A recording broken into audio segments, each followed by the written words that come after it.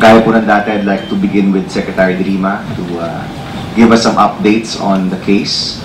The last time po tayo nakita, si Deco, no? Dennis Cunanan had not yet come out, no? And now you come back with another witness.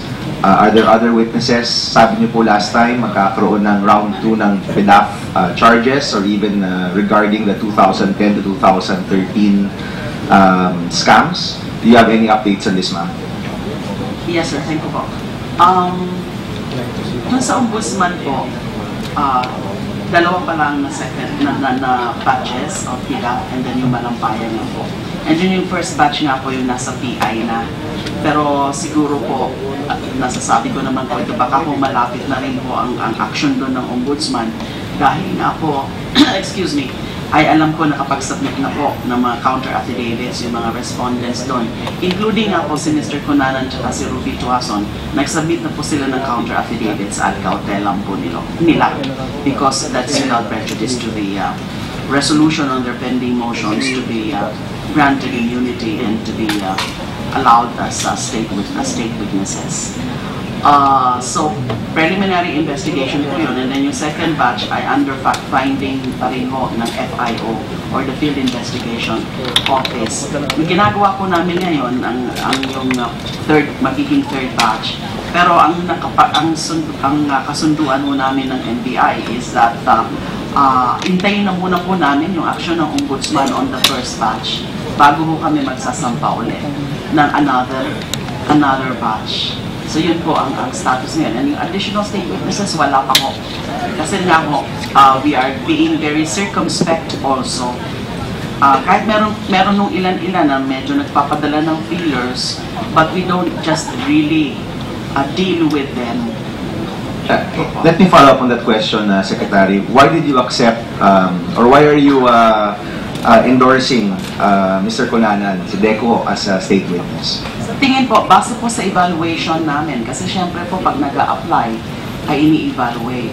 As a matter of fact, he tried already volunteering to be a witness against the other respondents, especially the principal ones, what we see or whom we consider as the most guilty respondents. Ay bago pa man, right before kami nag-file ng kaso sa ombudsman, lumapit na po siya sa amin. Pero ang decision ko nga po, isama muna yan sa charge namin, si Mr. Cunanan. Dahil nga, kailangan pa ho i-evaluate yung kanyang proffered testimony. It's called proffered kasi bino-volunteer pa lang niya po yun. So titingnan muna namin kung papasa, kung magsasatisfy yung requisites ng law. What date was that, Secretary De Lima? The first batch? No, before, when did you file the first batch? September. So even before September, nagpadala na po ng feeler si Mr. Cunanan? A few days before September po. Okay. Kasi alam niya po na kasama siya sa pag-iimbestigahan namin ng NBI, DOJ. Okay. With regard to Ms. Tuason, kumbaga siya whistleblower on the side of the agents of Jenny Napoles, no? Yes po. Si Mr. Cunanan naman, what value does his testimony give to the case? Katulad mo ng mga in-explain niya kanina, meron ng mga mahalaga siyang mga sinabi. Yung tungkol nga po nung yung mga mambabatas mismo, lalo na yung tatlong senador na sila ang pumipili talaga ng mga NGOs. At nagpa-follow up nga po sila para ma-expedite ang pagre-release ng mga pondo sa kanila. Verify din niya po yung mga dokumento. Yung mga dokumento po yun, karamihan po doon, na-submit na rin po namin yun. Pero, hindi po kami nag-rely doon sa mismong sinubmit namin. That was part of our testing him, the process of testing and vetting him. Na hindi pwedeng mag-rely lang kami sa sinasabi mo. Gusto namin makakita ng mga dokumento na magpapatunay na talagang may mga alam ka dyan sa mga transaksyon na yan, in the sense, doon sa pakikipil, doon sa opisina ng mga mambabatas, yung extent ng kanilang pakikialam, dahil nga nakita naman natin sa ibang ebidensya, sa mga ibang testimonya, na meron pala silang porsyento, meron pala silang kickbacks. And in the affidavit of Dennis, dalawa ho yun, no? May documentary evidence at meron rin yung tawag, no? Or yung phone call. Na kagaya ho nung in-explain din ni Senator Miriam, that is definitely a direct evidence. Because when you say direct evidence, when one testifies personally and directly, one has to rely on his or her own senses. And eyesight or personal na nakikita is just one of them. Hearing is another such sense. Oh. So there is direct evidence here. Okay, let me go to that particular instance na nagkausap yung mga senador. I'll call you Deco, no? Alam niyo po, si Deco, matanda ko sa akin yan, pero ano po, isa ring student leader yan nung kapanuhunan ko. So Deco, nung panahong nakausap mo yung mga senador, si Ben-Hur yung nagbigay sa'yo ng telepono. Tama ba yun? Yes, sir. Yung pangalawa kay Senator David at saka yung una kay Senator Estrada. Ben-Hur, do you concur with that? Ikaw yung tumawag sa mga... Did you call the senators directly or did you call their chief of staff? Sino yung tinawagan mo noon?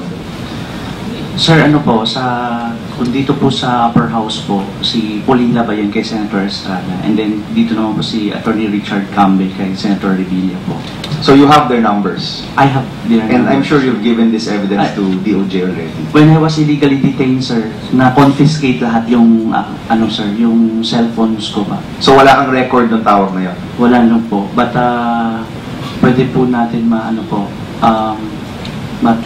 subpoena the telcos kasi I memorize, alam ko po yung number ko na dati ginagamit ko at saka I have the numbers of the Was it a prepaid phone or a postpaid? postpaid. Okay, so But I remember, sir, na Attorney Richard Campbell has a smart and Globe. Pero hindi mo na matandaan yung number mismo? Hindi na. Okay. Okay, so I'm sure Secretary De Lima, have you subpoenaed his phone records already just to prove that these phone calls did happen? Guy is taking care of that, Your Honor. I know that they have undertaken steps precisely in preparation for trial. Okay. Let me ask about that particular instance, no? Because Deco, no, a number of the senators, especially Senator Estrada, has vehemently denied that he has even met you or spoken to you. No? Hindi ka daw niya nakilala ever at hindi ka man niya nakausap, no? Which is why I want to know if there is actually real evidence showing that conversation did take place, no? Meron ka bang, baka you can tell us about that conversation at kung meron ka nga ba talagang proof regarding the veracity or the truth to that conversation. Your Honor, at that time, Ben-Hur was lobbying for the project in their behalf. Dahil yung NGO niya yung social, yun yung nagpo-process nung PDAF ng dalawa. And I was telling him na it has to go through a degree of processing ba yung kina-follow up niya. Tapos sabi niya, tatawagan ko yung opisina, yung legislator para kausapin kayo. Sabi ko, sige, parang gano'n, di ba? I was even doubting if he can really call. And he did.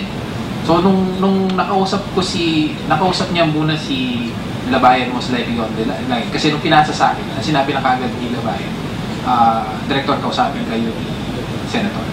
So nung deputy director ako nasa opisina ko, nung pinasa, siyempre shock ako na pinasa ako. Sinabi sa akin, ano pa ang problema niyan? Ba't hindi pa tapusin para ma-implement na inaantay na yan sa ground? Sabi ko, Senator, pinaprocess lang ko namin. Hindi na muna talaga ganun kadali-dali lang. Doon kami natapos. So, walang duda na hindi siya yon dahil, from the other line, ganun ang pinasok. Tapos siyempre, napapanood din natin sa pelikula at nakikita natin sa TV yung kanyang personality. So, kabisado mo yung boses. Sumunod, finalo up yung kay Senator Revilla. So, ang kausap niya si Attorney Cambe on the phone. So, and then Attorney Cambe said, may way ba na ma-fast track, parang gano'n, no? So sabi ko, inaayos naman. So you just have to wait. Tapos inold ako for a while. Then, sabi, si Senator may ano lang. Tapos yun, parang, magtatagal pa ba naman yan? Pick up ko naman yan. Authorize naman yung NGO. Baka pwede nyo nang i-process nyo na yan, madali nyo na. So, that was, Your Honor, yung circumstance na yun, hindi ko lang madetalye talaga yung exact words. It happened a long time ago, no? Pero, I don't get phone calls, I don't get to talk every day to senators. On that note, was that the first time that you spoke to these two senators? Yan ba yung unang beses or nakausap mo na sila before? Yung kay Senator Estrada, yun lang yung time. Yung The kay first time, the only Senator time. Revilla, pangalawa. Okay, and for those instances, kayong diretsong magkausap, no? So si Benher did not hear the conversation. Pinasa lang niya yung telepono. Okay, so definitely the phone records will be quite important in terms of testing the veracity of that. At that year, anong taon niya yun? Around 2008? Okay, Parang 2008. By that time, 2007, something. was that the start of the dealings with the Napoles NGOs? Or that was already, Ano na yun? marami na ho yan? Towards, Okay. At what point did you start to think or nagka-inkling ka na merong illegality na nangyayari?